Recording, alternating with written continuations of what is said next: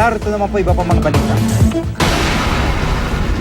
Mag-isang naglalakad ang 76 na taong gulang na lola patungo raw sana sa simbahan ng Aradasa Street, Ormoc City, Leyte. Maya-maya pa, makikita rin sa CCTV ang pagdaan ng isang naka-helmet na rider. Bigla nitong hinablot ang bag ng biktima hanggang sa madapa at halos makaladkad ang lola.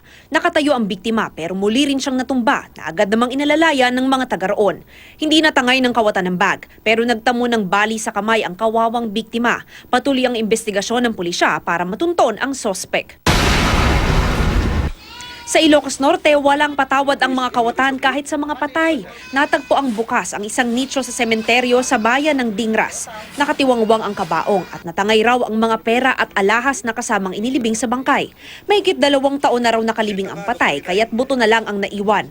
Tila hindi pa nakontento ang mga kawatan sa kanilang nakulimbat kaya sinubukan din daw gibain ng mga ito ang katabi pang nicho. Inaalam na ng pulisya kung sino ang nasa likod ng pagnanakaw sa sementeryo. Mav Gonzalez, GMA News.